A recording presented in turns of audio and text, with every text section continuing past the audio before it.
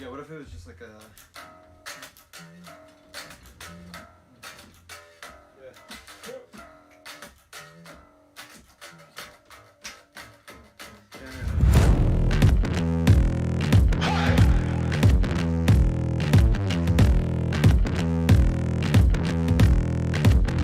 I ain't no altar boy.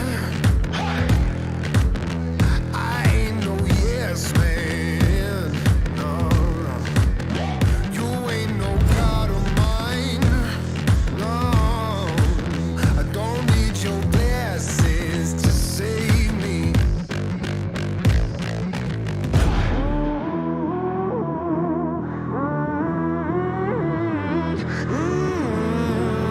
When you thought that I was done, you ain't seen nothing yet. Walk that wire, start that fire, burn it down. Yeah, you ain't seen nothing yet. I go harder, let the sun burn. Feel me now. You ain't seen nothing yet.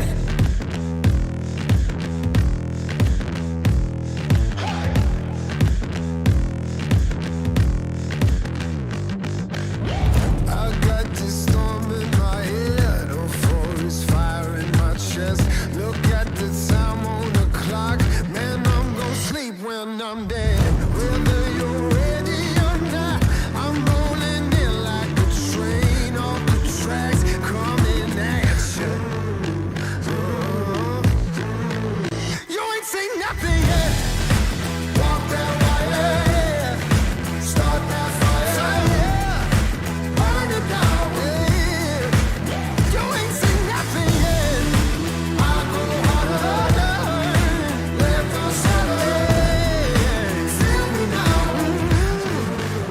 You ain't seen nothing yet.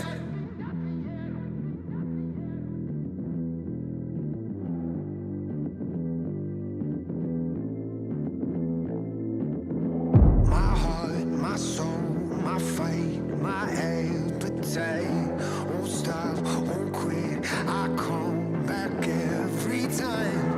My heart, my soul, my fight, my appetite won't stop, won't quit. I come back every time. My heart, my soul, my fight, my appetite won't stop, won't quit. I come back every time. You ain't seen nothing yet. Walk that wire, start that fire, burn it down. You ain't seen nothing yet. I go harder, let the sun feel me now. You ain't seen nothing yet.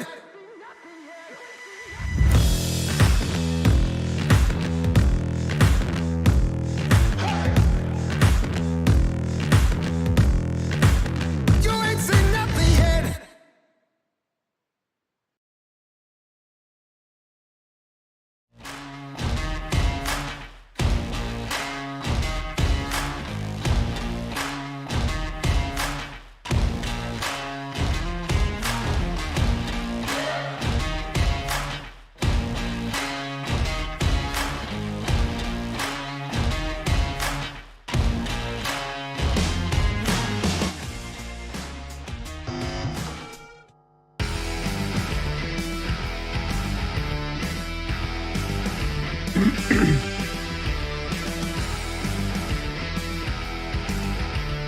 Happy Friday, August 26, 2022. It's Chris and Mark with the NWA Exchange podcast.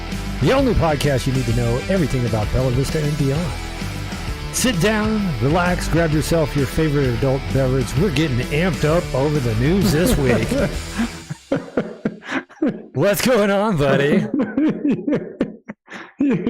Oh man, there you are. You're shot out of a cannon, man. We're getting amped up, man. You know what You I'm woke saying? me up, man. I had to. You were getting a little like snoozy over there, brother.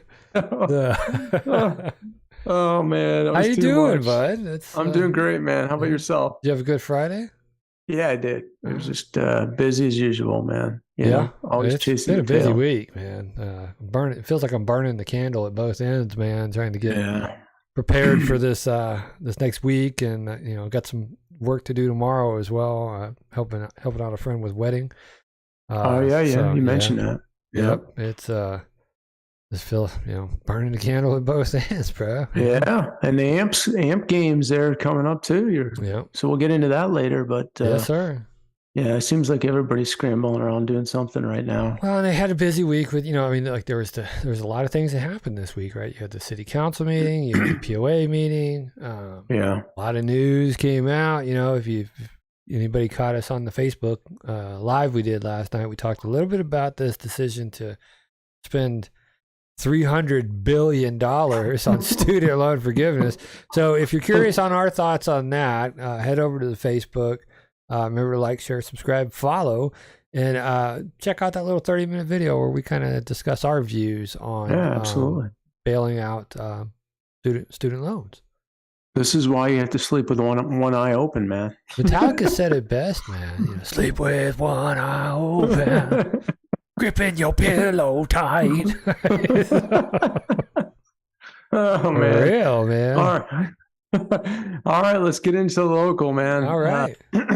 This has been just the hot button here. And I guess the city council's calling off the hounds. I'm still going to have that meeting on Monday, August 29th. Monday. At 6:30. That was supposed to be set up for the short-term rentals, the discussion about the three options. It looks like they took them off the table, but don't be fooled. Yeah, there was actually there was a news story about it, and so you're absolutely right, man. Just because they say something doesn't mean they're going to do something. You still need to show up, support, your stance. Public input is next week. Even if they say, "Oh, well, we're going to table this for another month," go and put your public input in. That's the only way. And trust me, I speak from experience, right? The only way that these people are going to hear your voice is for that 3 minutes at a time, right? Calling them one-on-one direct, that councilman's going to hear your voice, right? Right. But there's strength in numbers. There's strength in showing a show of force with people going up there saying, no, get it right first time, common sense. And to be quite honest, the news, I'm going to pop over to the Webby share.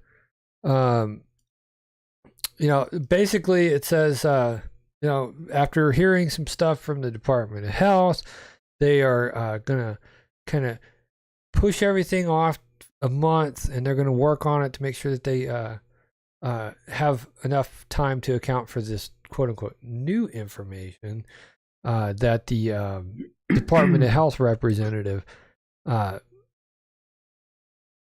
presented. I didn't see anything in that presentation, and he spoke for about an hour, Mark.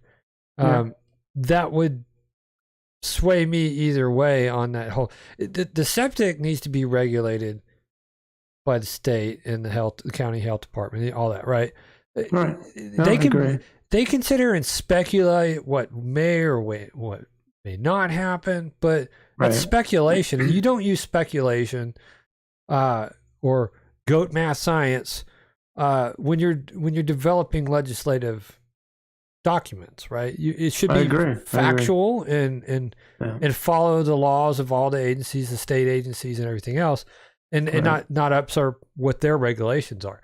So I'm glad to see that they say they're going to take it back to the table. If you remember last week's podcast and last week's Facebook Live, we basically said they need to table it, they need to get it right, they need to put more thought into it. So I don't know. Coincidence, right? Did we just will this into the ether when we talked about it, and then we're starting to see some of that? I don't know. All I can say, bro, is I'm glad to see this, but also Dwayne Johnson said it best from Moana. Hey, it's okay, you're welcome. I'm just an ordinary Jimmy guy. Hey. All right. Well, anyway, but yeah, I'm glad to see that they're going to continue to work on it. That's gives That's me a the little goal, bit of man. hope, right? It gives me a little bit of hope. Yeah. Yeah. But don't be fooled. They're still going to be out. They're Yeah. still going to have conversation about it. So please get out there on August 29th, Monday, 6:30. If you want to talk and discuss, I would recommend getting out there 5:45, 6 o'clock. Sign that piece of paper to confirm you get your full 3 minutes. Okay. Yeah, get All there right. early too. Get there a little early, right? Because they'll yank that paper. They'll yank it. Everyone, man. When there's a high by time, somebody's like, I came in, I didn't get a sign. The paper wasn't up there, right? I came in, right? Get there early. Yeah, yeah. Do your part. Or they call an audible 2 minutes before the meeting starts. You know what I mean? Yeah, yeah. So, I mean, Don't talk about this till next month. right. Thanks for the heads up. Yeah. Hey, I know you inflation buster deals, man. This is for the people that are hurting out there. Again, $10 cost plus out there. 103 North Dixieland Rogers. Started 8/24, going to run up to August 30th. No, I'm not being compensated by $10. I'm taking care of the masses out there, the people that need food. Whole sirloin tips, dude. $2.95 a pound. You can make steaks. You can make sandwich steaks. You can make roasts out of them, stew meat, you name it. Chicken drumsticks, 95 cents a pound. Wow. Ground beef, I know you're 80-20 guy. I am too, but hey, times are tough right now. Hit the 73 at 186 a pound. So 90-10 time ago. That's a lot of fat, bro. That's a lot of fat. Hey, it is what it is, man. You know, well, like we used to say, beggars can't be choosers. In the Army, when you get that MRE that nobody wanted, it was the last one in the box, but it was the only one in the box, right? Like nobody wanted that. But what we'd always say is that'll make a poop, man. So let's just keep moving along, right? Eat now, taste later, move along. We'll have some more discussion on MREs later, right? Yes, sir. All right, man. Everybody's been looking forward to August or September 22nd. Coffee with a Cop. It was such a tremendous success last time. They're going to do another one. 9 a.m. Get out there, meet your friendly police officers over at the Village Bible Church, 1591 Forest Hills Boulevard in Bella Vista. So nice. Are you get gonna out there, you gonna go meet to and that? greet. I might, if they have donuts, I will. I got to find out if they have donuts. Yeah, it's just coffee. Some donuts. Go It for doesn't me. say coffee and donuts with a cop because No, it that'd probably be doesn't, man. stereotypical, right? You could always bring the I'm donuts. still there. You could always. You know you what? might be a fan favorite, man, if you bring in the donuts. Be like, I might just do that. I might do that, man. So, hey, just a reminder for everybody, up until, is it October, end of October, the farmer's market, Bella Vista Farmer's Market, still going on Sunday. I went by there this past Sunday, still running 9 to 2 p.m. So just make you aware of that. Again, that's right where the courthouse is, 612 West Lancashire Boulevard. So that's it. So we'll go to a break, or what do you want to do? I think earlier this week we did another interview for a political candidate that's running for a city council position. We interviewed Christian Henning. Obviously we try to pre-record these to limit the amount of technical difficulties that could happen during the interview. But unfortunately, well, I don't know. There was some some internet difficulties. I think everybody in Bella Vista was experiencing some type of internet slowness. When was that? Wednesday. We made it through it though. But I found it ironic during the interview. You guys will probably see it too. That during the interview, when we mentioned a specific topic, the internet started getting a little shaky. So we're going to go ahead and go right to the interview. We'll come into a break out of that, and then we'll get into the rest of the show. Hope you guys enjoy. All right, sounds good. If I can get there. Here we go. So Mark, obviously we have a big candidate race going on for all city positions right now. We interviewed one candidate for city council last week, and we've got another one on this week. Yeah, I'm extremely excited about it. Christian Henning reached out to us and wanted to come on the show. And again, we have an open forum here. So he's running for city council position, Ward 1, position 2. So I'm happy to have him on tonight and ask him some questions. And we appreciate him taking the time. Awesome. Let's go ahead and bring him on. Hi, Christian. How are you? I'm doing great. How are you guys? We're doing Hi, Christian. Awesome.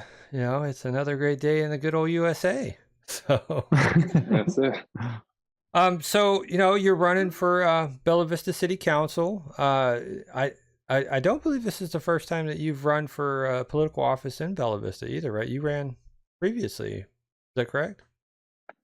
Yes, this is my third time running for council. I ran in 2018 and 2020, both for Ward 2. My wife and I bought our house last year out here in Ward 1. Okay. So same position as far as still on council, but just on the other side. Figured I might want to check out this side of the city for a while, see what it's about over here. Awesome.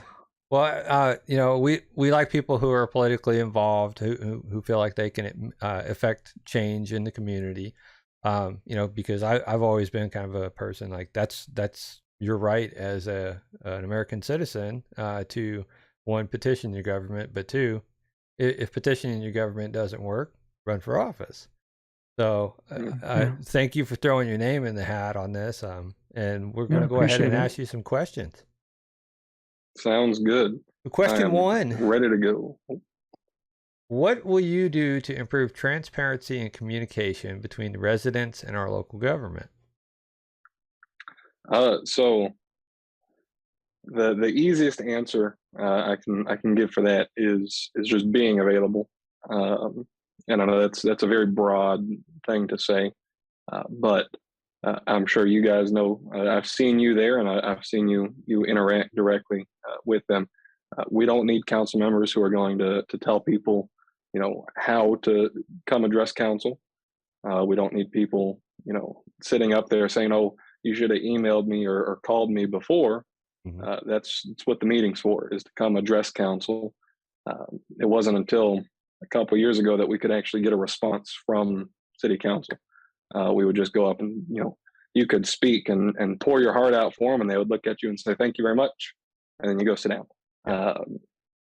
And luckily that changed. I ran on that back in 2018 of trying to get something, because for the longest time it was, you show up and half the time it sounded like you were talking to a brick wall, and the other time it sounded like you were talking into the Grand Canyon, and it was just echoing back at you. So avoiding that and making sure that we have council members there who care about what people have to say, and they're not there, just to collect a paycheck, or they're not just there for the title or to advance themselves, either within the city or within something else. But so that's sort of the overarching thing.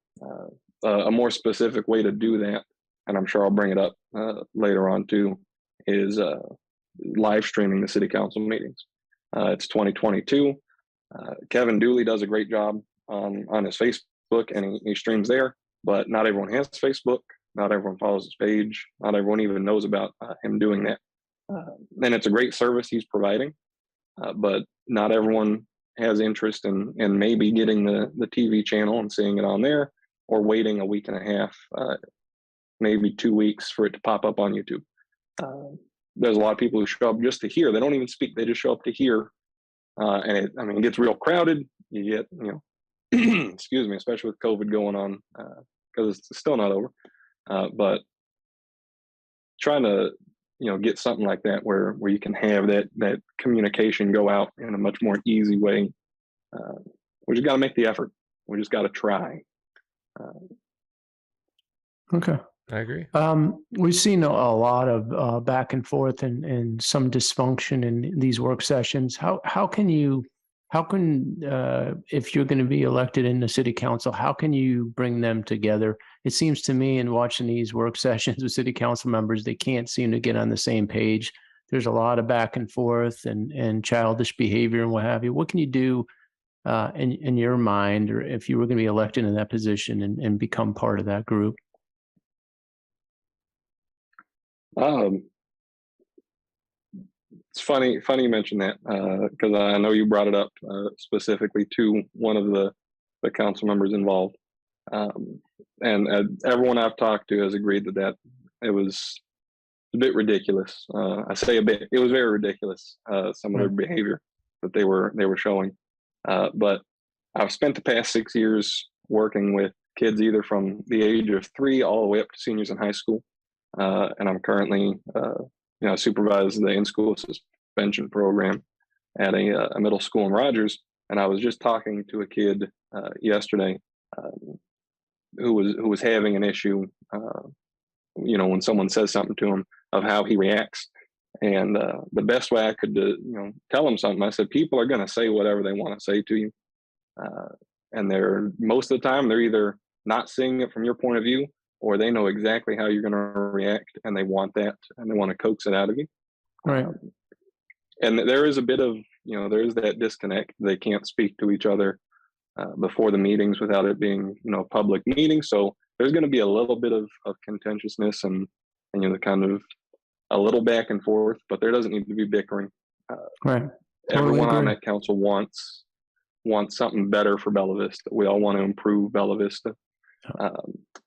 And we don't need to argue about it. Nothing's personal. There's no one going on there saying, oh, your resolution, your ordinance is the worst thing I've ever seen.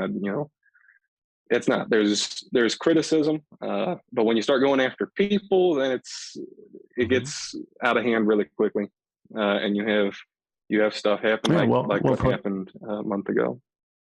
Yeah. And the reason why we're all here and in a city council position is on behalf of the citizens, right? So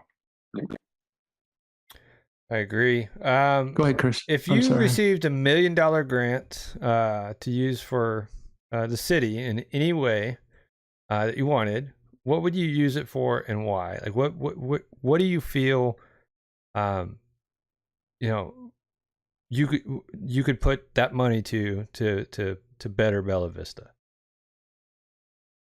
I'm very glad you asked. When you asked Donna about it, I was like, "Ooh, I really hope they ask me that one." And I have a very simple answer for it. If there's any problem with my internet connection, it's because I'm on my phone. We don't have a hardline internet connection to our house. Our choices are either use a satellite, which you're locked into a contract, and weather comes through, you're up a creek. Wait for Starlink if it becomes available, or our current option that we're using is using a T-Mobile hotspot, which works great if you are within vicinity of the towers. We're pinging off a tower that's 6 miles into Missouri right now. So Okay. you're using data on the phone, but what I would end up doing is using as much of that money as possible to either run internet lines to as many houses as possible, or to real central locations, so that people don't have to be burdened with such ridiculous costs to get hooked up to the internet, whether it's Cox, AT&T, if there's any startup companies that are going for that. We were quoted over $10,000 to have it ran 1.5 miles is what they told us. Wow. And I told them, I said, for $10,000, I will put up with taking a long time to stream videos and everything else. It's a little much for us and for everybody. It's crazy to ask people to pay that, and they know it, and they control what they do. So there's a big part of Bella Vista that doesn't have access to fast, reliable internet. I know there's been problems recently with Cox and with AT&T. But so strengthening what's there and expanding their current network so that we can all get on. Okay. Yeah, I totally agree. It's good points, and everybody's frustrated by the internet, including us. I'm question for you: what's your favorite Mark. places? I'm sorry. Go ahead. I said I'm feeling frustrated right now. That I'm starting to see some of the slow internet happening, like between the voices kind of slowing down and stuff. So I'm definitely feeling it. Yeah. So what are your favorite places and activities to do in Bella Vista? What do you enjoy doing? And places you like going to? Just activities alone. Golfing. I golf a lot. I'm not very good at it. Anytime I golf with someone, I say, I promise I would be a better council member than I am a golfer. But going out there, my wife and I love fishing, Lake Brittany and Lake Ann. We were. Okay. I proposed to my wife on the dam of Lake Avalon. What was that coming up? About 2 years ago now. Back when it froze over, when that was the first time I've ever seen it. When it was just solid ice. Okay. So that's a great memory there. We got married at the Cooper Chapel. So Cool. and I'm sure you guys know there's so many places here in Bella Vista. Yeah. That's just great. That's sort of the top ones. Going out to the gun range, it's 45-minute drive, but it's worth it. What's your favorite golf course? I'm gonna go with Brittany just because I got the activity card and it's $5, and Okay. I don't have to feel so bad when I'm losing half a sleeve into the trees. Yeah, for sure. Okay. Go ahead, Chris. I'm sorry. Our next question is actually from one of our viewers. They had sent it in, and they want to know. They got a statement in there, but I'm just going to read it. One of the effects of the wonderful bike trail system here in Bella Vista is a growing number of homes being converted to short-term rentals. What are your views, both pro and con, and how would you manage the growth and effects on the adjacent and nearby homeowners? So it's an issue that's come up recently. You guys know, everyone who's been keeping up has kind of just been aware of all that, and it's growing at a crazy rate. When my wife first moved up here, she stayed in a short-term rental for a month while she was still looking for a place to stay. It was actually down the street from where my aunt and uncle used to have a house. They had no idea that there was a short-term rental 3 houses down the street.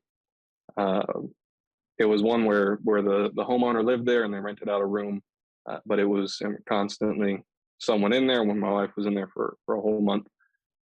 But then you also hear stories about people, if there's parties going on with all the trash being left out. And so you can't take one instance and say that's how it is for everybody. You have to look at the fact that, we've got 30,000 people here. Mm-hmm. My views on it are going to be different than my neighbors. It's probably different from my wife a little bit because she's stayed in one for longer than I have. I think I've been in one for a weekend. But it's something that we need to get a hold on before it gets out of hand. I don't think we're there yet. I don't think we're at the catastrophe level with short-term rentals. If we keep growing at this crazy rate, I definitely think we'll get there. I think we will reach a point, if it's unregulated, that we're going to have some sort of issue. But you have to really balance it out and make sure you're not over-regulating things. You're not, getting too far into people's homes, because that's not the point of the city government, the state government, any government. You want to make sure people are safe. You want to make sure people aren't, getting hurt doing stuff. You want to make sure the city stays nice and beautiful, and we preserve our nature. But you don't want to go in and tell people, how many people they can have at their house if it's not causing, a septic issue or a public safety issue or blocking the streets. And those are all valid concerns. But we have ordinances about noise. We have, parking ordinances with the streets. You can't park in the middle of your lawn. We don't need more of that. Right. Reinforce it, sure, but we don't need to crack down on something that's already existing. The septic thing is a whole other issue, and we just had that speaker at the work session talking about all that, and there's a lot to be learned.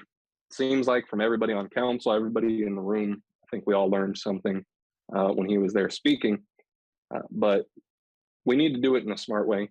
We need to get input from not only the owners, we need it from the renters, we need it from people who don't live here. We need it from people who come to just visit our town.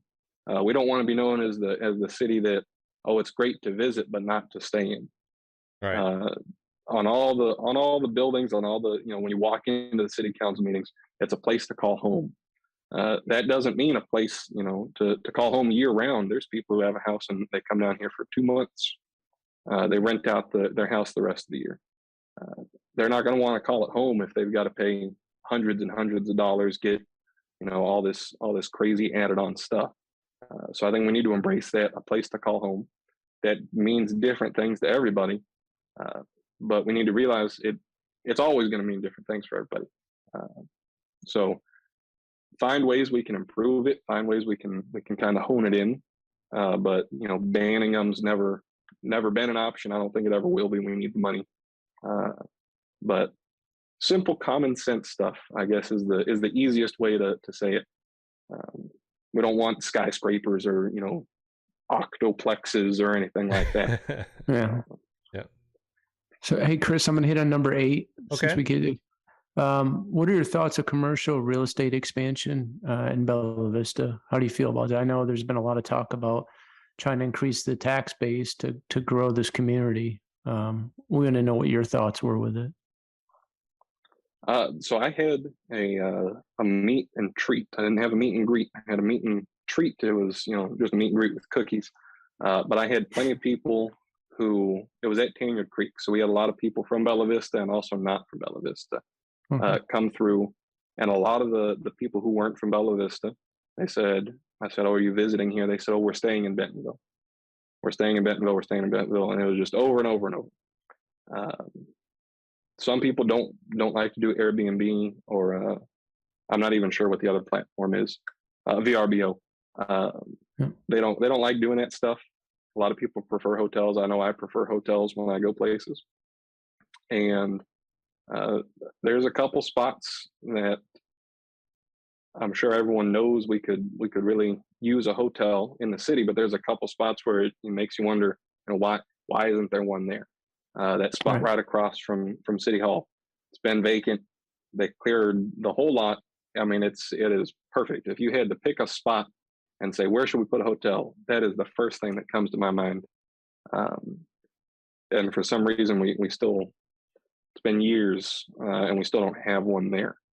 But we definitely need to have some sort of hotel. Even one would be great. I think maybe 2, 3 would be the dream spot there. If you get over into that, 5, 6 double-digit range, then it's going to get a little excessive. But a couple would definitely do good for the city. It's overdue as well. I mean, everyone knows it. We just got to figure out a way to do it. Yep. Okay. Well, I think part of that is also, having properly functioning infrastructure like sewer utilities, right? There's, that's a limiting factor when it comes to getting, large occupancy places, is that like you can, it's going to be one heck of a septic tank in most places if you try to put a hotel in, right? Don't know if that one would get approved, but, so how do you plan to engage and involve residents in the decision-making process, as hot button issues are brought up? How do you plan to engage? Do you plan on, doing your own weekly update? Do you plan on having a blog? Do you, have a calling list when you need citizens' input? How do you plan on engaging the citizens? Yeah, so last election when I ran, what I did I might get the dates wrong, but I want to say about the end of July all the way through the election, I ran weekly town hall meetings on Facebook, and it was every week. It was an hour. I think I cut a couple of them short, either through internet problems or I was just scheduling a couple for the week. But I would at least do those monthly and have something where if you don't want to reach out on the phone call or send an email or something, you can hop into the Facebook Live. I'd love to have that through the city website, but it gets a little tricky building a whole chat thing. You got to log in and all that stuff. So with that stuff, Facebook's a lot easier to do, and it's easy to monitor. You can you can see who you're talking to as well. You can, you know, have that profile picture, and you can see, you know, if it's someone who has, you know, a George Washington profile picture, that's clearly not George. If I saw one of your guys' profile pictures on there, I would know that's you. But so doing stuff like that and having just an ongoing availability, but a scheduled one, so that, because right now, I mean, I can call, you know, Jerry Snow, I can call John Flynn. Those are for Ward 1, and I'm sure they would answer, or they'd get back to me real quick. But if I had a specific time, like Tuesdays at, you know, 7:00, then I knew that they're going to be available, and I can ask them questions. That would be great, even if it's just once a month, to have something where I know I can, you know, just like that, I can get an answer. That sort of thing is, unfortunately, we don't do it. No one does it currently on council, but I think that's the easiest and most effective way to hear from people, even if it's only one. You know, an hour-long conversation with your screen. Never hurt anybody. Gets quite boring. We do it every Friday, man. That's it. That's it.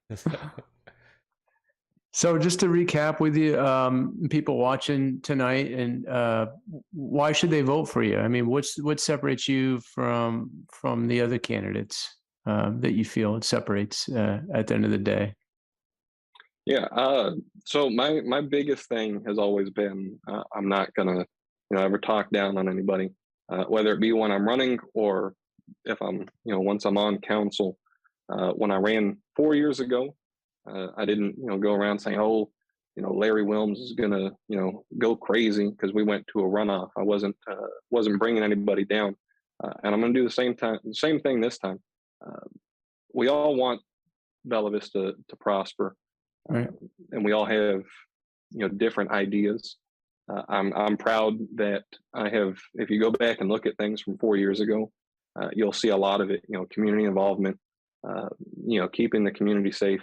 We all want better roads. We all want, you know, better police enforcement. My sign just went out there. But so yeah, we want, we all want, you know, the same core stuff. But if the people of Bella Vista want someone who's going to come in and bring some new ideas, like live streaming city council meetings, which shouldn't be a new idea in the first place, but doing stuff like that, improving internet access, and bringing in that calm demeanor, but also being able to get things done, which I've almost mastered after being in education for about 6 years now. You get there, you get real close, work with everybody from every walk of life. But if the people of Bella Vista want something like that, someone who's going to come in, bring ideas, and be willing to work not only with council but also with the public, I fully believe I'm the best choice for that. Okay. How do people get in touch with you, Christian? What's the best way for them to get in touch with you? Yeah, they can shoot me a text at 479-619-5380. They can call me at that same phone number. They can also send me an email at henning4bellavista at gmail.com. That's the number 4, not the word 4. And then also on Facebook, if you just look up Christian Henning, Bella Vista City Council, I'm on there. That's my most active one. That's the one I can get back to people real quick rather than a call or text. That's even more immediate, but that's the one I'm most active on. And I'm going to be starting up my weekly town halls probably here in the next couple weeks or so. My goal is to start it the second week of September. Okay. Well, we really appreciate your time tonight, taking the time out, and we look forward to talking to you more in the future. So yeah, best of luck to you, and like I said, thank you for you know, stepping up and answering the call and throwing your name in the hat, and we look forward to, you know, what the outcome of this election cycle is, and best of luck to you. Thank you. Care, Christian. I appreciate. Yep. Thank you, guys. All right. Have a good night. You too.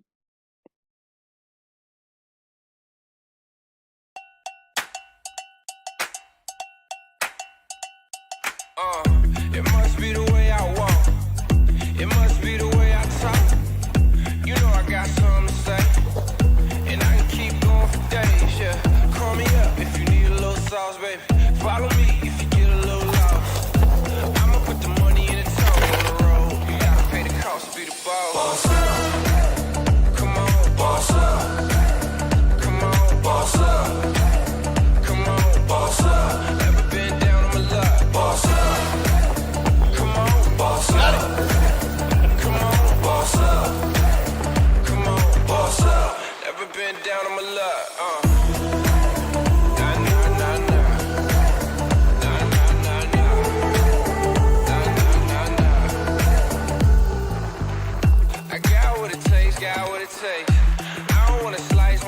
Okay, pick the money move, that's my forte.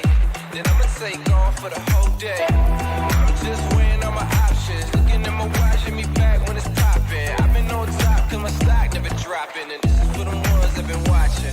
Boss up. Come on, boss up.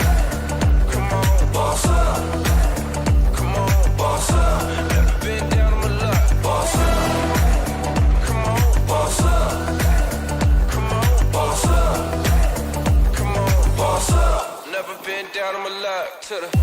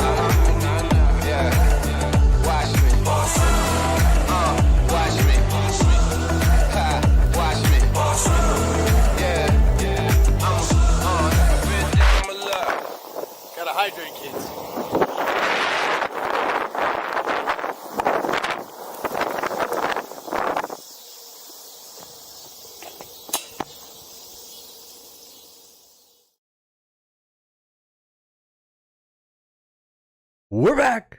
We're back. We're back from that little intermission. So, I really appreciate Christian coming out and or coming on Zoom and doing the interview with us, brother. Yeah. Always good to meet potential candidates or potential councilmen and get their take and their views and kind of, see what their thoughts are. And best of luck to Christian. I know he's got a heart that cares about Bella Vista. He's thrown his name in the hat multiple times. Best of luck to him, and I look forward to any updates that he has to provide us in the future. He's always welcome to schedule a time to come on, even if it's for 5-10 minutes. We offer that to every candidate. I believe Randy popped in last week to give us a little update about his auction and stuff. And same thing with Christian. If you have an update, you want something us to distribute some information of where you're going to be or something that you're hosting. I know you're going to bring those town halls up that you're going to do on your Facebook Lives. We'll be watching those and monitoring and tracking that as well.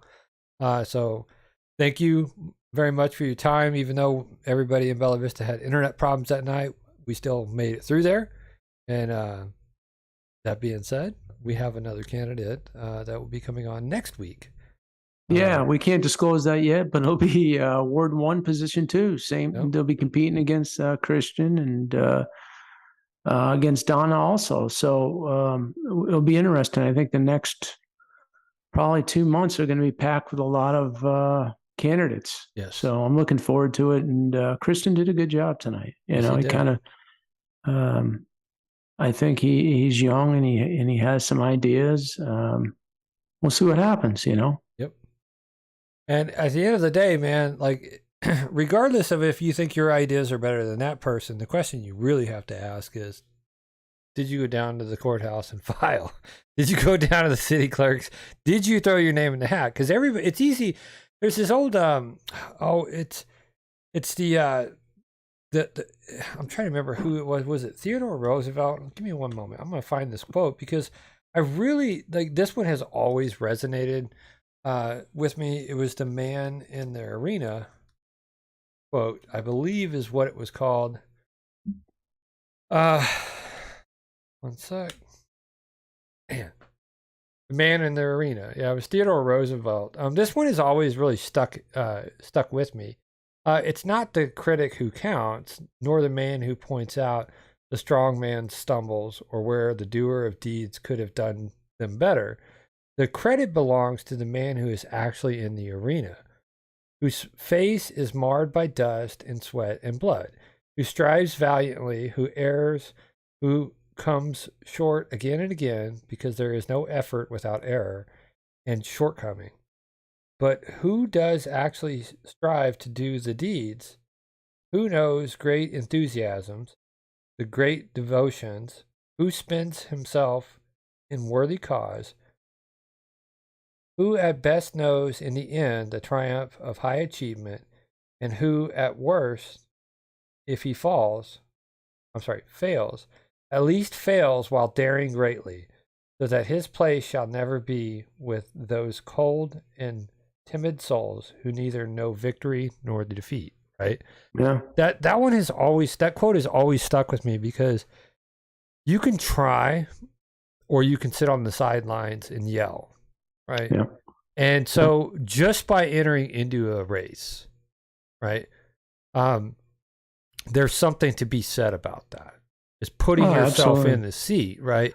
And so, like, I mean, I know people have their viewpoints on political candidates and stuff, but at the end of the day, you're not even throwing your name in the hat. So treat everybody with grace who's actually putting their, I mean, they're trying to make a difference, right? Versus sitting on the sidelines yelling. Yeah, excellent points. And also, and I think you mentioned this before, Christian Henning, this is his third go around, man. Yeah. He just keeps on going. That's good. Right. I mean, and you got to respect somebody. Yeah, you have to respect that, right? And that's that hunger and that determination. And he's not afraid to get, like the blood, sweat, tears, and dust on his face in the arena while running for a political office. So shout out to him. Great job on the interview. Look forward to seeing the outcome of this race. Yeah, I do too. I think it's going to get heated up in the next few weeks, and November 8th will be here before we know it, man. It will. Labor Day, dude, with August just disappeared on me, man. I mean, I'm like, where the heck did August go? I mean, it's just time is flying, man. Man. They say time goes faster the older you get. Maybe we're getting old. Maybe. I don't know, bro. I don't know. Moving along, mule. Here we go. So we get back into the pullback on the three options, the short-term rentals. Without beating everybody to death with this, we had discussions about this. We did an actual show on it, and I think after going back to the table in the work session, and you mentioned about the gentleman from ADH that came out. I don't know how that changed their proposals, because it really didn't have much to do with it. It didn't. It really didn't. And I mean, I don't.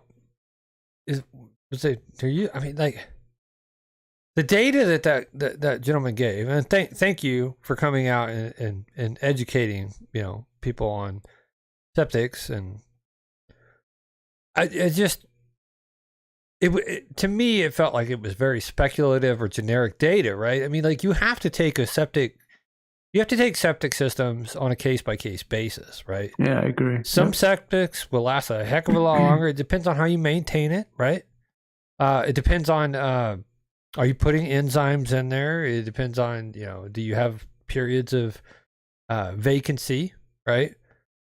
Stuff dries out, stuff gets brittle, stuff has time to rust. If you're gone for 6 months out of the year and that's not getting exercised, right? Or if you pump it too frequently, right? I mean, because I think it was you that basically brought it up. If you're pumping that thing, so you bought a house, it has a septic, septic's 15 years old, and you come in and you evacuate it, right? Some of that poo-poo might have been holding the wall together, right? I mean, like that's why it's kind of the concept of like I'm using my mechanical mindset, right? Back in the day, remember these engine degreasers? Simple Green was one, but they had this like royal purple and engine degreasers, and guys would, I want my engine to be clean, right? They would hose down their engine with this stuff, let it set, and then take the pressure washer to it, and boy, it would clean the block right up. Guess what would happen? Sucker would be leaking like a stuck pig, man. I mean, like oil would just start pulling. Some of that stuff is actually keeping it, it's keeping it together. Yeah, and that's what you have. A lot of the older tanks or metal tanks, they've pretty much have rotted out. And if they haven't, if you go to pump them, then the pressure and bringing the liquid out is going to collapse the tank. Then you got a bigger problem than you would have just leaving it alone. Yeah. So I think most of the tanks now are poly tanks that they use. What's the lifespan on a poly tank? I don't know. I would say 25, 30 years, I would think. I mean, I don't know specifically. I'd have to look that up, but I think that'd be a ballpark number at least, if not longer, you know? Yeah. And so that's one other thing I wish the city would actually, start considering, right? And I think I've mentioned it, a couple times, but this whole concept of like, you have to connect to our sewer system if you sell your house, right? Right. If sewer is available, like, so you bought your house and sewer wasn't available, but sewer got put in. Right. You go to sell your house, it's a mandatory connect.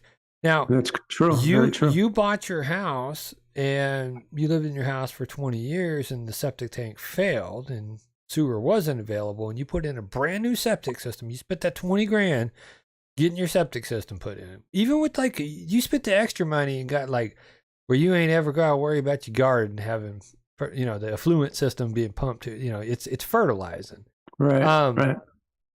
So you went the extra mile and did that, and you've got some of the prettiest flower gardens and brush and everything else, right? But then the village wastewater comes in and puts septic on your system, and you decide, well, I want to move because I don't like the 3 for 3 or whatever, and it's a mandatory connect, even though you have a brand new system, brand new. Not only is it a mandatory connect. Yeah. And not only is it a mandatory connect, it'll cost you about somewhere in the neighborhood of $10,000 to do that connection. Right. That's on the seller. Right. I mean, it's on the seller, or the buyer has to agree to connect. Right. Right. But at the end of the day, right, the city policy of this is directly benefiting who? Not the city. Yeah. The city doesn't own a sewer utility. Yeah. A private entity. So I think that some of that legislation also needs to be looked at. Since we're bringing in the Department of Health and we're starting to actually thoughtfully craft legislation, maybe that one ought to be looked at as well and say, is this a blatant government overreach, right? Because, I don't know, my cousin has an excavator. We could probably put in a new septic tank a lot cheaper than what a company could. Yeah. Like they're selling for $12.99 down at Lowe's, man. So, you know what I'm saying?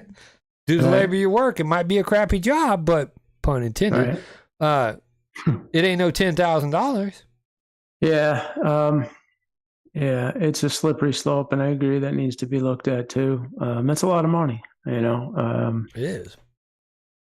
That's again, this is the legislation. This is already being overseen by the state, ADH, Benton County. There's no need for the city to design legislation when it already exists, right? So yeah, it's like, it's, we can't manage what we have now. It's the concept of like, how many laws do we have?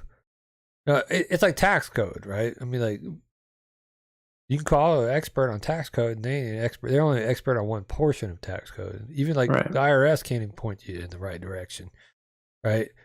This is first time filing for taxes. I'm 18 years old, right?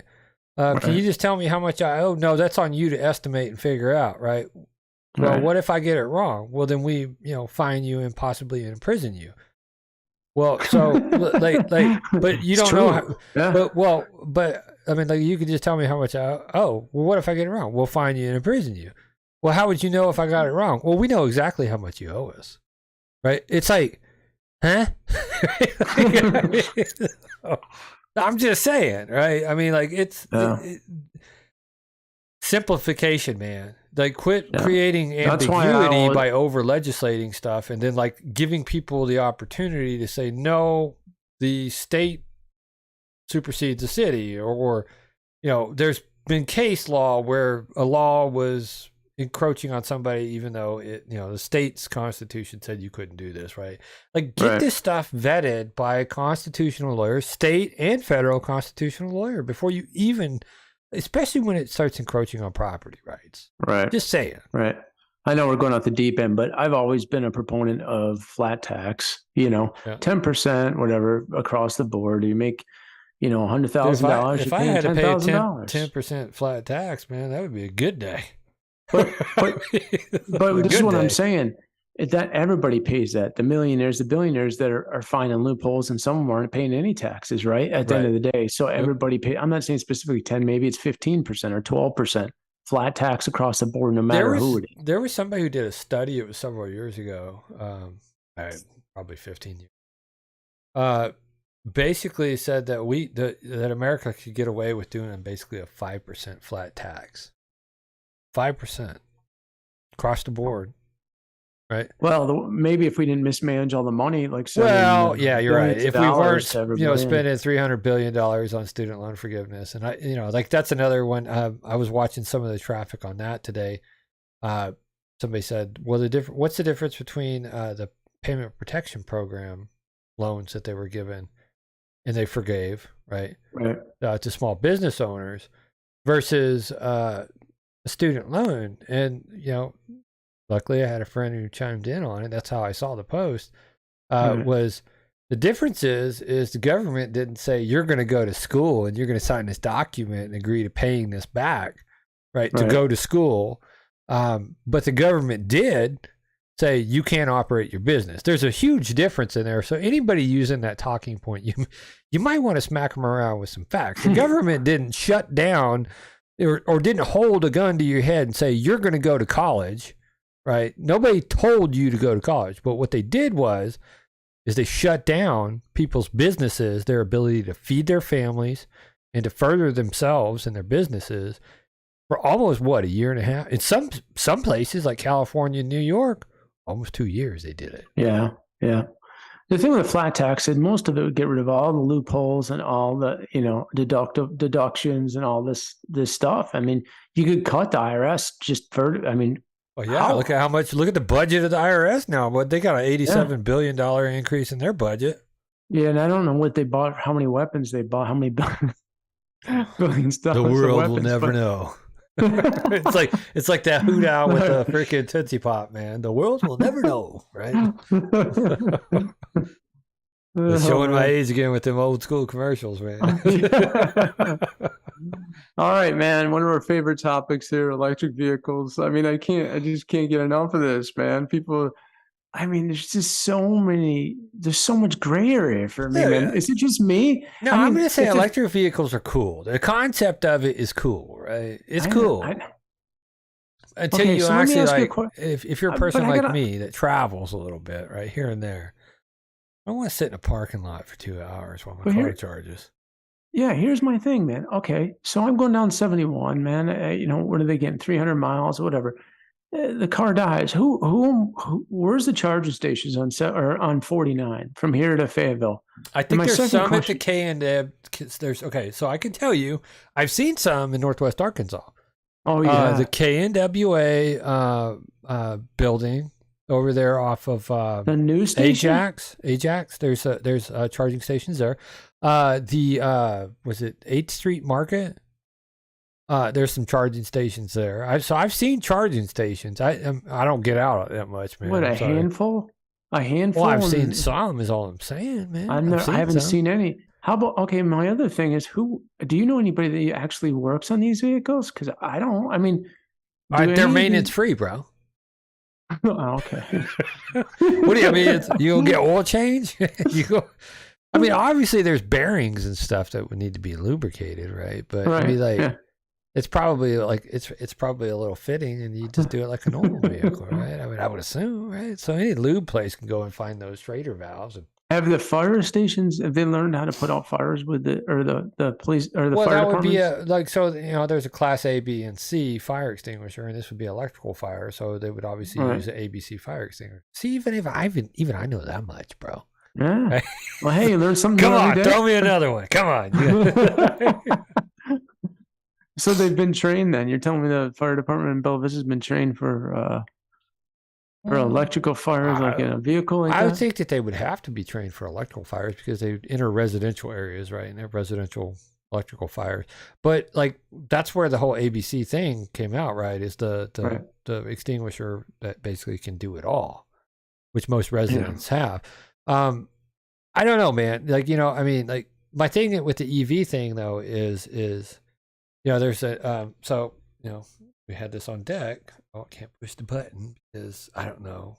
YouTube hates my Stream Deck for some reason. It works every other time, unless I'm streaming. Like, it worked fine for Facebook. I don't. The YouTube's, man. YouTube's.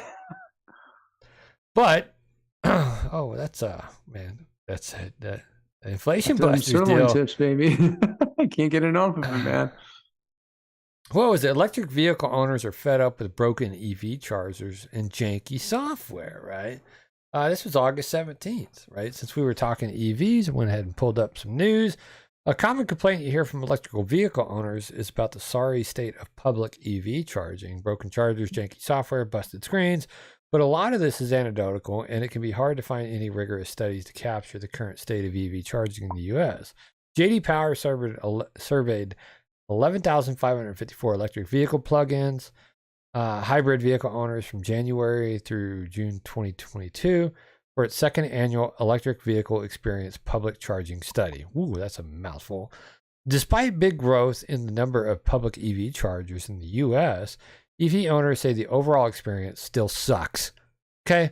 So, I mean, like, you can have public charging stations, but somebody's just like Becky, you know, who's from Jersey and is visiting Arkansas, and, you know, in Jersey, you got to have somebody fill up your car, or you live in Oregon, somebody's got to pump gas in your car.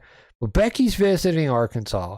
Becky, right, you know, figured out how to put gas in there, but Becky was too busy, you know, worried about, you know, something on Twitter, and she forgot to pull the hose out and drove off, right?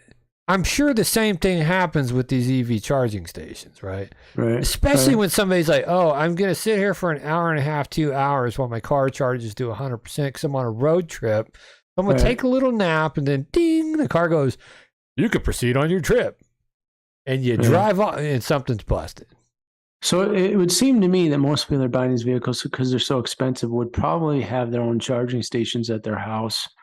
I mean, do these run off 220s? What do these run off of? I mean, can you? So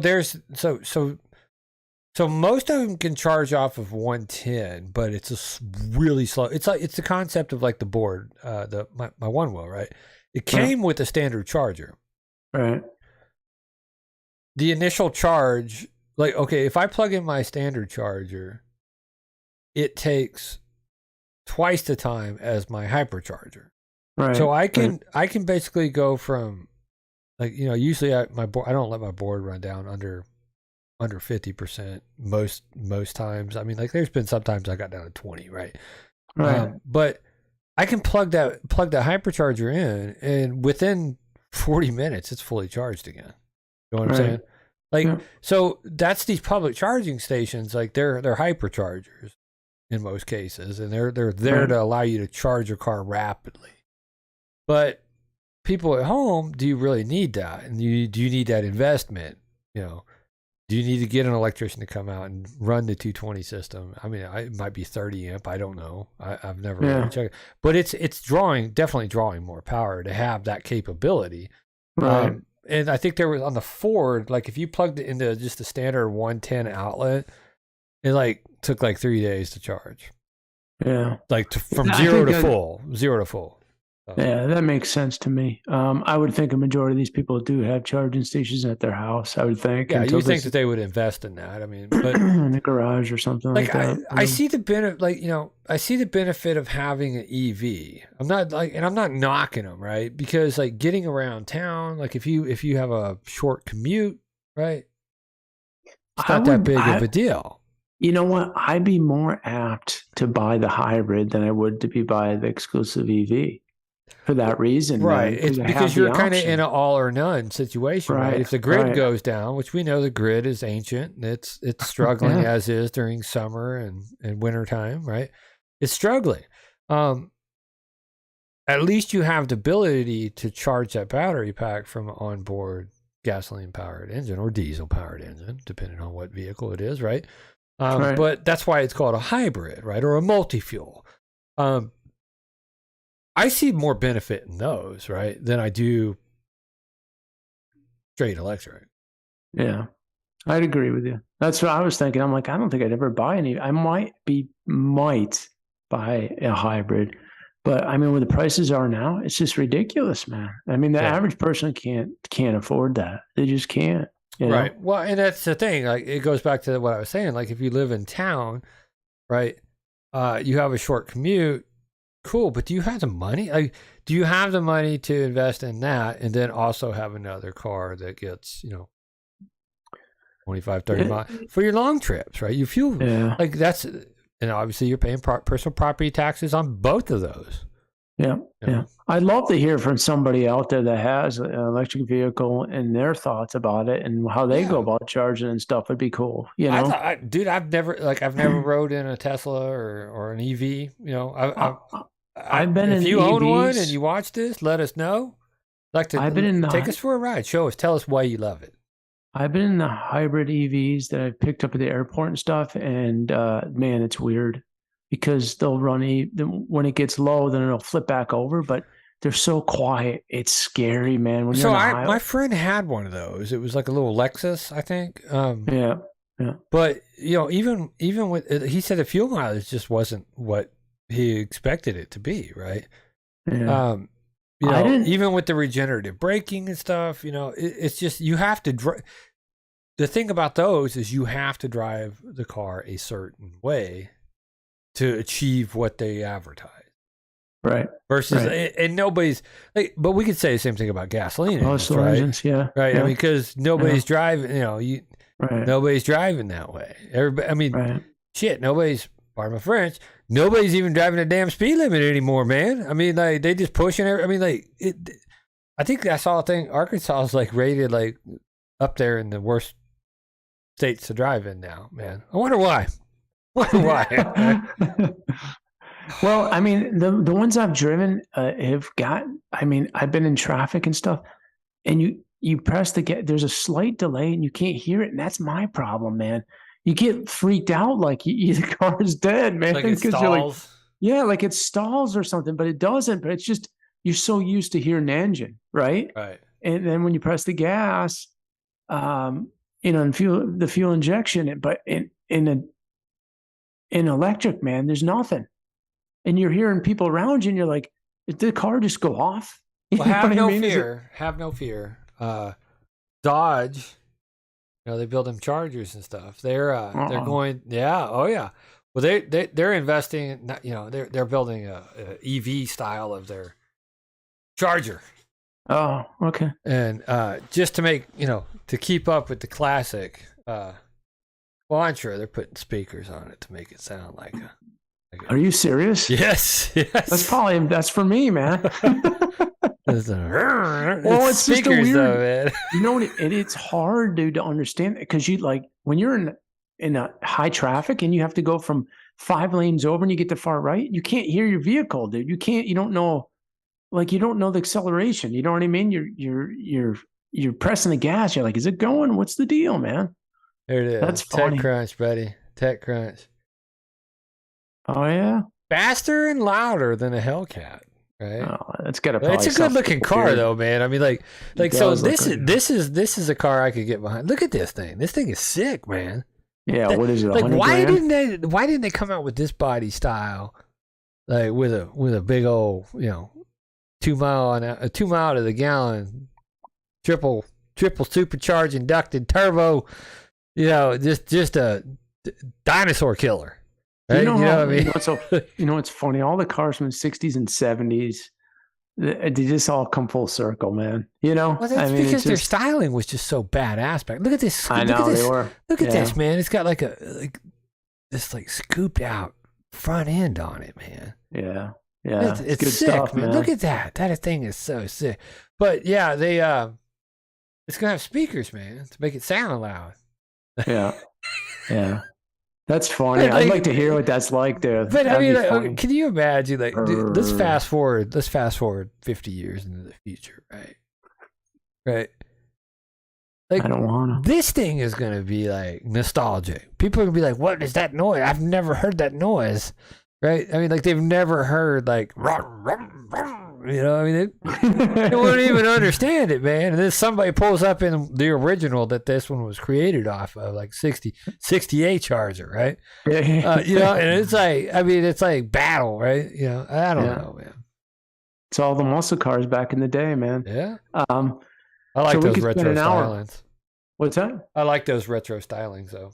Yeah, for sure. We could talk about that for an hour, dude. I know. So, did you Tom just Judson. yaw mule me? Did you just yaw mule me? Tom Judson, POA. Was he president?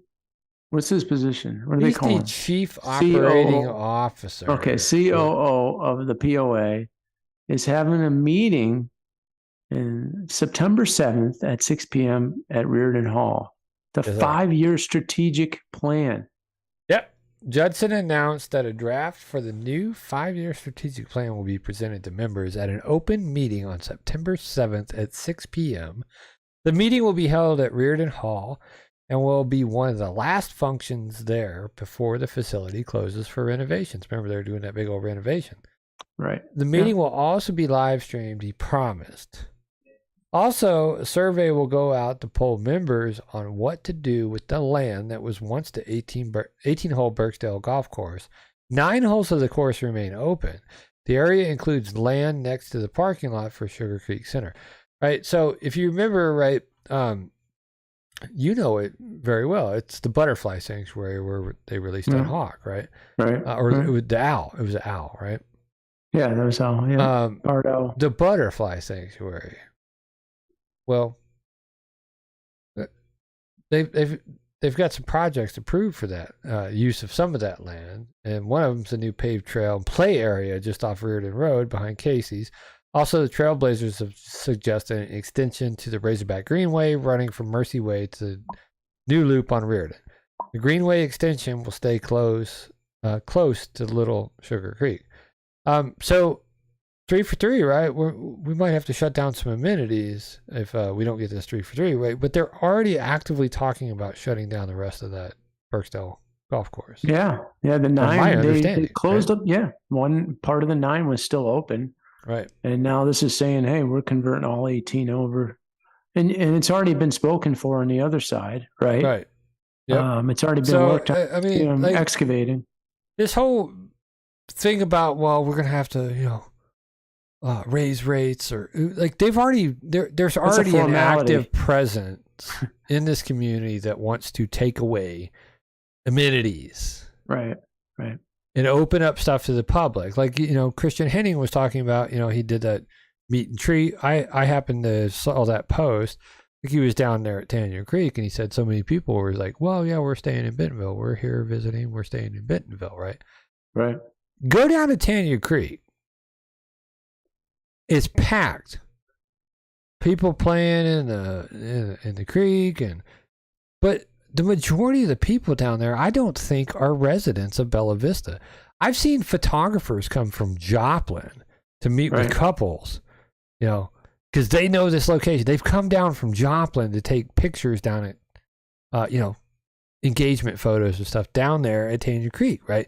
Right. So this is something on POA land, that people are profiting off of, which goes into my next kind of like little rant, Mark, and that's the POA released that video regarding the 3 for 3, and they had a realtor on that was it Armstrong, Dave Armstrong? Yeah. Right? Yeah. And he's talking, I'm pretty sure it was Dave. He was talking about the majority of people that own unapproved lots don't use the amenities. I don't care if you use the amenities, bro.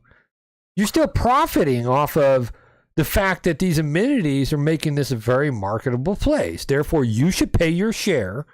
Right. Either A, sell your property. If you don't want to pay that increase, you still profited. I guarantee you profited. Right? Or B, build your freaking house, pay your damn fees. Right. Yeah, I mean, I think we both agree to the fact that, I mean, obviously we didn't want the increase, and if it was going to happen, it should have been spread apart or along improved and unimproved lots, right? So it should be equal across the board at this point, because the property values have gone up so much that even any upgrades to any of the amenities on the backs of hardworking people that live in this community and don't live out in San Diego or New York City, right? Where they're making those, they got those jobs making $250,000 a year because cost of living is through the roof. right? Right. But Right. but they have the ability to like that property value is continually going up because they're charging us for improved amenities.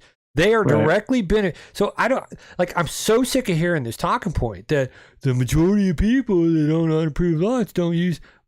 Show me the demographic data on that.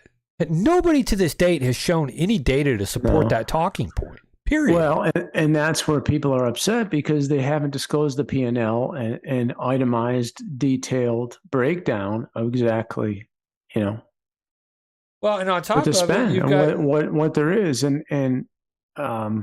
if you can't do that, why would you agree to for the increase? Yeah, well, I enjoy I brought up Tanya Creek, right? And at the board meeting on Thursday night, what were they talking about? Overflow parking lots at the cost of the POA membership, right? right Because of how packed it is. Like, is that? I'm confused, man. Okay, if this is POA property, then why is it open It's to the not freaking private. public, man? Well, and why it are is. we It's open paying to for public. parking lots for public parking? We are. That's where the problem is. That's where a lot of the problem is. And I mean, that's Steve McKee would made a big point about that too. That was a big thing, and I agree. We're part of the POA. We pay fees. They should be private. I mean, that's just the way it is. Right. But no, we're going to be on the hook for our dues. Our money is being allocated to put in more parking lots for the public, the general public, right? So I think that unimproved property owners need to bear some of this cost. Your property value is still going up. Right. You're still benefiting from all of this improvement in Bella Vista. I agree. I think it's a valid point, and I think people. I don't know, would man. vote. I think that the people that are sitting at that table have lost their freaking. They're beholden to outside interests. I do believe that Jim Parsons basically saying that once you become a board member, you got to kind of swear allegiance, right, to him. Right. To some degree, I believe there's some validity to that. Jim has never given me any reason to think he ain't telling the truth. He sees things a certain way. I see things a certain way. I got much respect for that man, and he called that a long time ago, man. Well, yeah, I mean, if it's coming from him, I'm sure it's fairly accurate. Yeah. I think people would be more open to the increase if they could see how the spend was. I mean, it's like, hey, Chris, I need more money. Well, I just gave you $100 last week. What'd you do with it? It doesn't matter. Give me another $100. You know what I mean? It's like you keep on giving rent money to the crackhead, man. Right. You can get nothing back for it, but the crackhead's still out there running amok. Right. And if you could itemize it and break it down and show everybody, hey, listen, this is how we're spending, your money. And then, hey, you know what? Someone might have some insight and say, you know what, you could do this and save a few dollars here and there. But the fact that you're not disclosing that, why would anybody in the world agree to an increase? So that's how I feel about it. Right. I think a lot of people feel that way.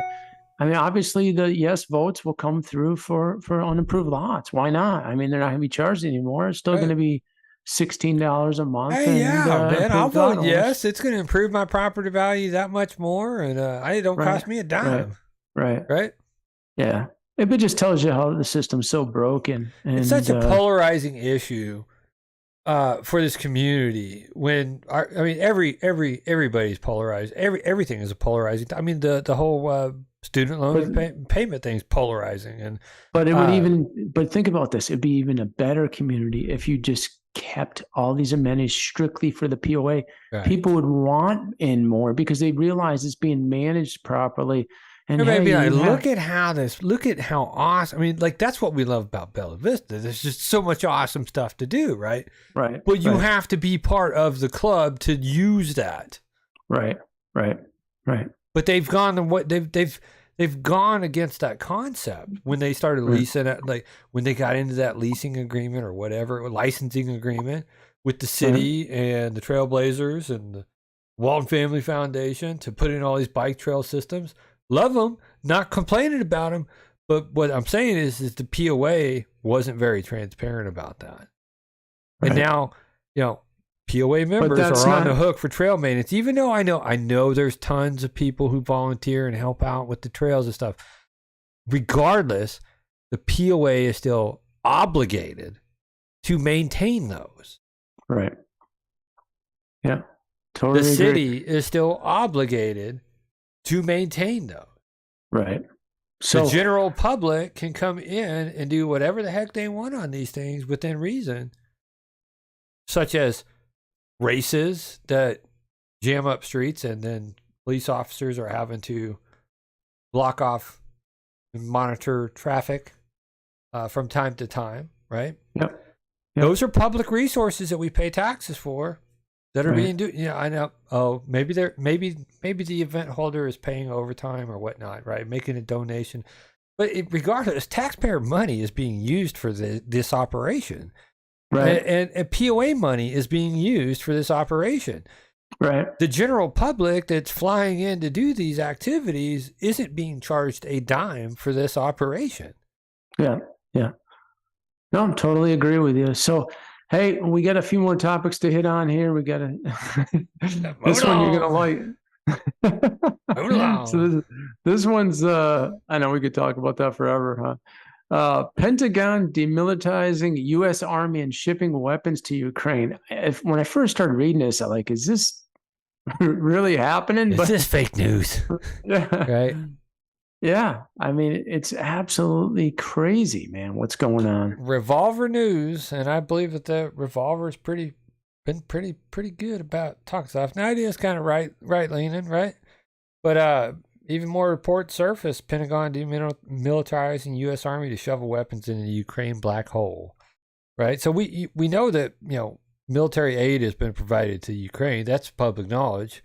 But some people are starting to say a sampling of some of the recorded messages I've received, weapons, ammunition are being stripped from active duty units all over the world and being sent to the Ukraine. What I actually found most interesting was the governor of New York is sending their guards MREs to Ukraine. Right? It's amazing, dude. It's absolutely amazing to me. It might be expired MREs. I don't know.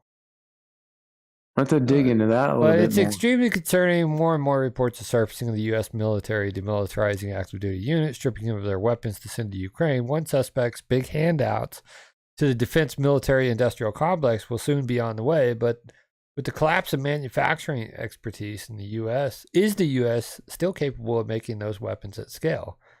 Here's a close-up of the leaked images in reference to Carl G.S. being taken from SF and sent to Special Forces, sent to Ukraine. Seeing the same from 5th and 10th Group as well. Orders came down from Bragg, 1st FSC. So they have the documentation on that too, huh? So they actually have the text messages that separate messages here over here at 3.5. At exactly this morning, ops came in and demanded all of our M3s. The M4 Gustavs have electronic sight issues. Meanwhile, the M3s have iron sights. They said, too bad, so sad. Conventional units are being stripped of weapons and munitions as well. I was in Germany with Third ID, and while we were there, the entire stock of ASIP batteries, rechargeable and non-rechargeable, for the entire European theater was sent to Ukraine with javelins and clues. Therefore, there was also significant lack of POL for parts on logistics for distribution amongst the heavy BDEs. Separate messages. I need to send equipment to Ukraine on Monday. My friend is in supply. She's been helping ship their supplies over there since June. So this is chatter. This is chatter within the military, the ranks of the military. And, I don't know. Could potentially be disinformation. We don't know, right? But what I'm saying is the Revolver kind of gets it right. I'm a full-time supply sergeant in the New York Army National Guard. It's been extremely tough to request MREs for training because Governor Hochul has been sending all of our MREs to the Ukraine. We got starving Americans, man. I know. This is like an anti-American sentiment right now. I guess maybe Hacho wants to go live in Ukraine. I don't know. I mean, let's take care of our own before we decide we're going to do something else. I mean, you had to know this was going to happen. It was just a matter of time when you put the red line out there. Everybody remember that? Vast majority of howitzer ammunition here on the South Korean peninsula is being packaged, loaded, and flown out to Europe as well. I don't have an exact round count. Marine Corps gave a shit ton of M77 howitzers to Ukraine. Bunch of RD mechs had to preventive maintenance them before sending them out. Like, I mean, like, we got to make sure they're in tip-top shape before we ship them off, right? Right. Like, I don't know if they're looking to disarm or rearm. Gosh, bro. I mean, it's just craziness, man. It's crazy. That's going to be out in the open not too much longer. I'm sure that's gonna blow up. Real good. I mean, like they abandoned $84 billion worth of weapons in Afghanistan. 84 billion, 85. Yeah. I don't know. Well, it started at 85, and I think they came at 82.5 billion. Right, it's bad enough. Whatever. 80 something billion dollars worth of equipment was left in Afghanistan. But then on top of it, man, with the whole COVID vaccines and the post-insurrection, they started scanning, social media posts of military people, determining if they might, be a potential insurrectionist. Because of their political ideology views or their political identity. So they started, scrubbing the ranks on that. And then they did the COVID vaccine, which a lot of people in the military were pushed out, right? For standing their ground for religious freedoms. I don't know, man. At what point do we just say, are we reading the room accurately? A lot of this stuff has happened before. Right. A lot of it has happened. Yeah. Yeah. All you have to do is find the commonality. Now we're seeing more and more. I don't know. Yeah. Circle of life. Yeah, very true. Very true. Yeah, we're in some bad times now. You got a lot of people living on this soil. They're just anti-American. That's what it comes down to. Yeah, well, authoritarian's gonna author, Marxist gonna Marxist, commie's gonna commie, and yeah. I just hope that we have a mostly peaceful revolution. There's nothing peaceful about a revolution, man. Hey, man, if we could call a mostly peaceful protest what was happening up in Minneapolis, brother, I think we can call them mostly peaceful revolutions, right? So. I don't know, man. I'm not calling for one either. Oh, hey, Kevin, up there at the Fusion Center, I ain't calling for one, all right, buddy? I'm just saying, I hope that CNN gets it right and calls it mostly peaceful, right? Yeah. It's crazy world. So, well, let's get into the damn update. You want to break that down a little bit? Just give us a quick. Well, it's not the dam update. It's the bridge update. The lake update. It's not the dam. So, I don't know. I'm down there a couple times a week riding the one wheel, just hoping I can get across that bridge. There's some progress down there, though, man. They started like to be quite honest, I probably could have made it across that sucker on the one wheel, but they had some fencing up on the other side of the bridge. But soon, I think they said within 3 weeks, Trailblazers came in.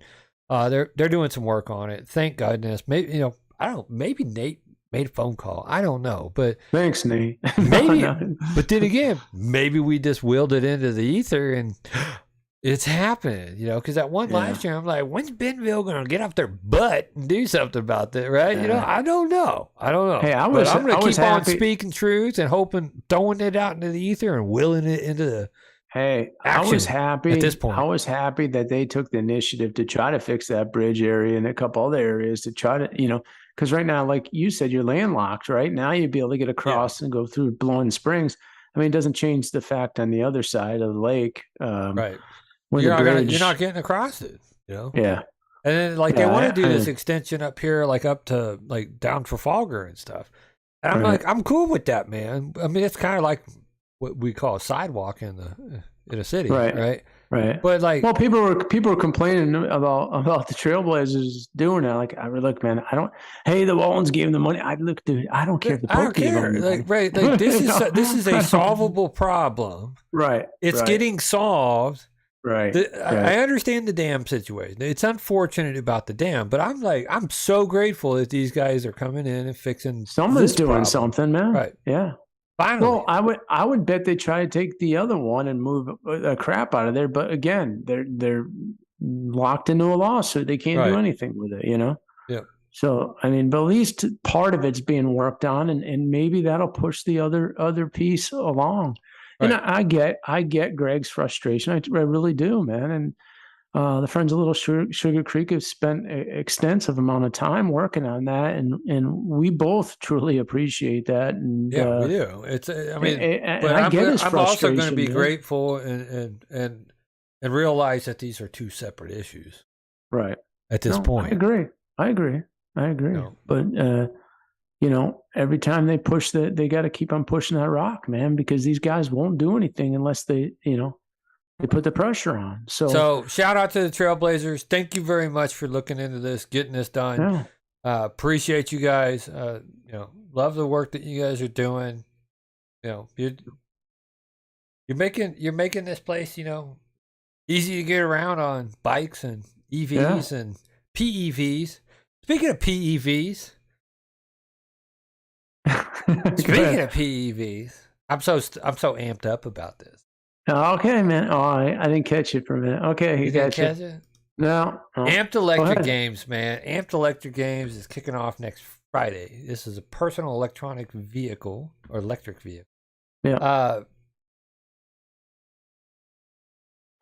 I don't like it's like it's a sporting event / instructional event / community event. It's like a rally. It's like a motorcycle rally, but with personal electric vehicles, electric unicycles, one wheel. It kind of reminds me of like an X game event, man. That's almost like it's cool. I mean, I'm happy for you, dude. I mean, what you've been talking about, and I'm excited too, man. I mean, because it seems like this is going to be pretty cool, you know? Yeah, and so, you know, like Apex and NWA in Motion videography, action videography, you know, we've partnered up, helping each other out with different events and stuff. And you know, we were going to just augment and fill in, but there was somebody basically who bailed out. I'm not going to say any names. And so the responsibility for video production and live streaming of the event has fallen into our lap. So like I said, I've been burning the candle at both ends this week because basically 10 days notice to make it happen. Feeling pretty good, getting there. But I want to talk. It's not about me. It's about the games, right? Yeah, and for sure. And dude, I'm really excited about this. So I'm gonna go back over to web share real quick. So Amped Electric Games, they've got their whole calendar and agenda out there, and you know, September 1st, Thursday, September 1st is registration, 10 a.m. to 5 p.m. This is for the riders, the racers, people who want to compete. They're going to have some orientation happening for volunteers and event participants from 4 to 5 p.m. Thunderdome Dual Slalom starts on Friday, September. That's where they're going to do the qualifications out at Kohler Mountain Bike Reserve. Okay, they're going to do a dual slalom down there where they face head to head and determine who's the fastest downhill electric unicycle racer. That's why you were bringing up to me about the feed that was going to come from Kohler. Is that what you were saying to me? Yeah, working on getting remote feeds out there that'll pipe back into the video production vehicle that I'm setting up and bringing out, man. Basically, I've created a video production hub, and I'm amassing an army of people who want to be content providers, and awesome. They'll be able to just use their cell phone, and you know, if trusted feed, I will accept you, and you can provide content, man. Cool. So first, the second you have. Is it going to roll? It's going to roll into the weekend, right? Saturday and Sunday too, or Saturday and Sunday? Yeah. So they got circuit track qualifications. They're going to be doing an oval asphalt race to determine who's going to place for the semifinals. They have a drag race. Some of these guys are getting up to 60 miles an hour on a Wow. unicycle. I mean, like an electric unicycle. They got some instructional classes as well for the general public. EUC riding basics, backwards riding, how to use Insta360s to get cool footage. Some instructional, for you to create content and kind of be part of this community. Freestyle Infinity, jumping 101. They're doing jumps. Some of these guys are jumping 40, 50 feet in the air on these suckers. Wow. Going to be a lot of action.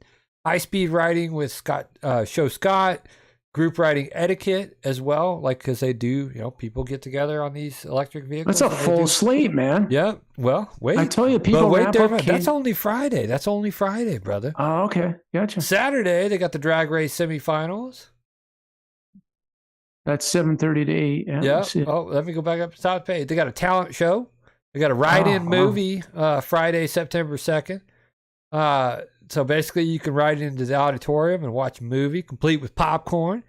Thunderdome and dual slalom semifinals are on Saturday. How to use deep tracking and advanced Insta360 features. Freestyle Infinity Advanced, jumping 201, emergency stopping and hazard mitigation, turtle race. Wow. They got a fun race to determine who's the slowest rider in control, right? Because you got to balance, right? Circuit track semifinals, fuse box balance contest, big air competitions for distance and height. That one's going to be so fun to sit there and watch and live stream it. Saturday, 6 to 7 p.m. at the Benton County Fairgrounds. It's going to be a freaking fun time. Man, it's a full slate. It is full slate. Drag race semifinals, September 3rd, 7 p.m. to 8 p.m. Yeah. And we go off into Sunday. They got another ride-in movie on Saturday night. Turtle race finals and circuit track finals are on September 4th at 6 a.m. to 7 p.m. Thunderdome, dual slaloms, 9:30 to 12:30. Safety gear. I am going to be one tired cat after this. Man, weekend. there's a lot going on. But my biggest question to you is, are we going to do the show there? Can we do it? Is that possible? Let me look at the schedule for Friday and figure out what time does the action.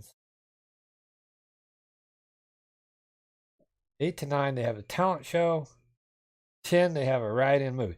I would say, yeah, my job is pretty much done. Because I'm covering basically the circuit courses and stuff. Group riding etiquette, high speed. Yeah, I would think that I'm probably going.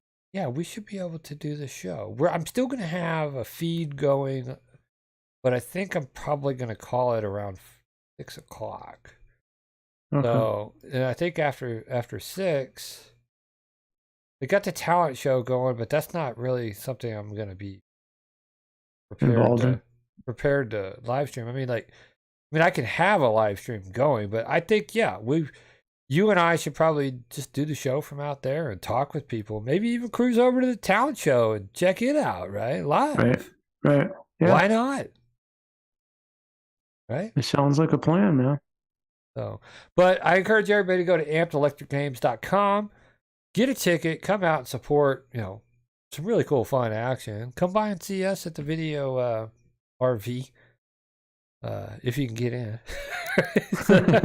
But yeah, we'll be out there doing our thing. Helping out where we can help out, supporting people, trying to do some awesome stuff. Yeah, I'm looking forward to it, Chris. Man. I'm very amped up about this, dude. I mean, I've put in a lot of work this week. I feel pretty confident that my talents are going to be used appropriately, and I look forward to it, man. I want to make this a success. Yep. I think it will be. I think you're going to get a nice turnout for this. I think people are want to come and check it out. Hopefully, more people will see this tonight.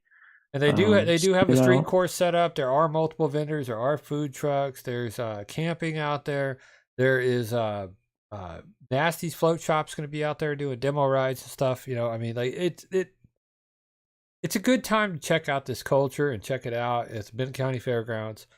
Next Friday, Saturday, and Sunday. Bring the kids along. Everything is kid friendly out here as well. Yeah. You know, We'll drop that in. We'll drop that in for them so they can the website and stuff. And also, someone sent me a message, Chris. I couldn't find it. Remember, I talked to you last night about someone was inquiring about a food truck and contact point, and I reached out to you. You gave me the number, but I couldn't find the damn message. So I'll probably just, if it's okay, I can can I post it on our page for anybody that's food truck, or you want me to hold off on that? Let me get with Seth on posting that. He may have filled the agenda for food trucks. I don't know just yet. But you know, if you do, like, you can reach out. You can go to ampedelectricgames.com, and there is contact information for Seth on there. They can reach out directly to Seth. Yeah, let me find it real quick. It's right here, 479-349-2223, Monday through Saturday, 8 to 1800. So you can contact them directly and inquire about, you know, getting, if you're a vendor, I believe he's offering free passes for vendors. I think the first 250 tickets are free. You just got to go to the website and sign up for them. I think that was for the pre-qualification round. So for the semifinals and the finals, I'm not sure what the details are on that. Sorry. There is a volunteer sign-up sheet as well. If you go over here to volunteers, you can sign up. There are raffles. They are going to be giving away One Wheel GT, and they're also giving away Future Motion EUC as well. These things are not cheap electric vehicles and stuff. So if you sign up to be a volunteer, you're entered. And I believe if you buy a ticket, you're entered in to win these things. Plus, they have a ton of vendors. I think they're giving away Instant 360s. Tons of stuff. I mean, they've got a pretty heavy list of sponsors and stuff that have donated product or money to put on this show. It's the first one. They got people coming in from all over the world, talented people doing stuff. The first one ever. And I hope that everybody in Northwest Arkansas takes a moment, brings the kids out and checks them out. This is the way of the future, man. Kids are riding hoverboards. Kids are riding one wheels. Yeah. You know? Yeah, I think wife's even riding an e-bike. So, I mean, that's considered a personal electric vehicle. Right. This is the way it is. I think this is just the beginning of something really special, man. Yep. I think you're going to see more of this in the future. I think people are going to be amazed. I mean, I'll be honest with you. I mean, just watching these guys when we were up at Eureka Springs, and I mean, it's just amazing, you know? Yep. So I can just imagine what this is going to be like. And, man, I look forward to it, you know, because it's kind of the end of the summer going into Labor Day. So, and the weather, I'm sure will be nice. So good deal, man. Like I said, I'm amped up. Yeah. Well, I guess we'll call it a night, man. It was good and enjoyed it. So to all of our viewers, we love you. We care about you. We didn't open up the phone lines tonight. Sorry. Maybe next week. No, probably not next week. It's going to be chaos next week. But we will be coming live from a remote location. Hopefully you tune in. If not, we'll catch you on the flip-flop, the after side. You can always watch this on YouTube or Facebook. We are going to be posting the interview out onto our Facebook. Remember to like, share, subscribe, tell a friend. Help us grow the show. And if you got something that you want that's on your mind, or you want to talk with us directly, shoot us an email. Right. Emails are up on the screen the whole show for a reason. Right. If you agree, disagree, whatever, we're adults. We can handle your opinions. Trust me. I've never run into somebody who's more of an a-hole than I am. You're not gonna hurt my feelings. I held the flashlight for my daddy whenever I was young while he was working on the car. I've been called way worse than what you could probably ever call me. Right? You want to get into a healthy adult debate, though, we can sit down and do that, right? It's up for you to change my mind. I'm just putting my perspective out there, as I'm allowed to do as a grown-ass man. So, till then, I hope you have a very safe and fun weekend, and we look forward to talking with you in the future. All right, like, share, have a great weekend. Catch you on the flip side.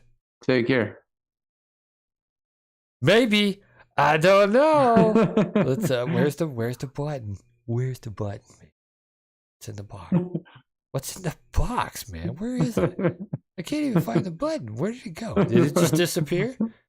Mark, what is going on, man? I tell you, there's so many gremlins. All right, pick up it. I don't. There we go.